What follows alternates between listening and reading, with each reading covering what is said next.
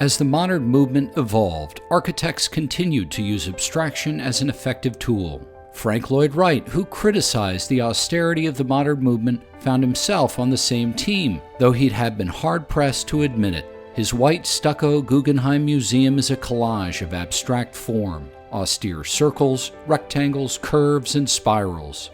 Frank Wallace, a futurist, created the Learning Resource Center at Oral Roberts University in 1965. Its facade appears to be an abstraction of the Parthenon colonnade. Edward Durell Stone did the same with his Kennedy Center in 1971. Robert Venturi was one of the first to create a completely new abstract architectural language with postmodernism. And today's architects like Frank Gehry take architectural abstraction to new heights with buildings that don't even look like buildings.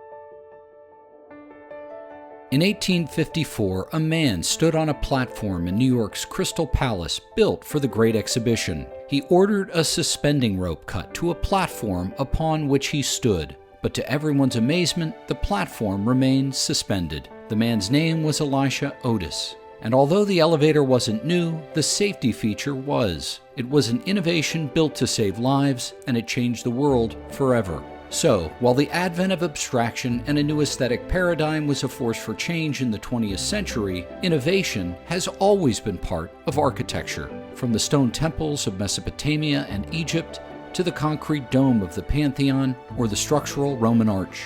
In simple yet profound ways, these innovations set the course of building forever. Even the seemingly banal shape of the Colosseum was innovative for its time. This new structure completely surrounded its object, making any activity visible from all points.